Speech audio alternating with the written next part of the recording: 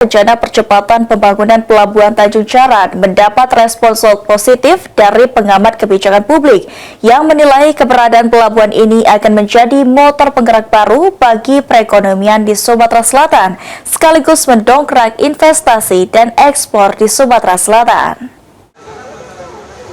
Dan yang terakhir, dilanjutkan dengan Desa Susan 2 Kabupaten Bandung. Rencana percepatan pembangunan Pelabuhan Tanjung Jarat oleh pemerintah Provinsi Sumatera Selatan bersama Kementerian Perhubungan Republik Indonesia mendapat penilaian positif dari pengamat kebijakan publik yang juga Wakil Dekan 1 FISIP UIN Raden Fatah Taufik Ahyar. Kehadiran pelabuhan laut dalam di Tanjung Jarat akan berdampak kepada peningkatan pertumbuhan ekonomi daerah serta menjadi penghubung lalu lintas perdagangan antar wilayah.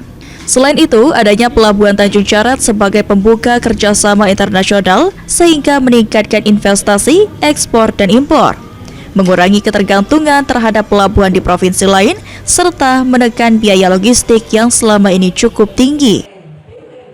Meningkatkan pertumbuhan ekonomi daerah, lalu kemudian bisa membuat konektivitas lalu lintas perdagangan antar wilayah. Saya kira itu. Pak, mungkin Pak sedikit tadi kan kita dampaknya untuk yang kita harapkan dampaknya untuk membangun perekonomian Sumsel, Pak ya. Itu seperti apa Pak dari kita sendiri? Saya kira kalau kita bicara transportasi itu kan persoalan ekonomi kita selama ini kan adalah persoalan distribusi kebutuhan pokok masyarakat.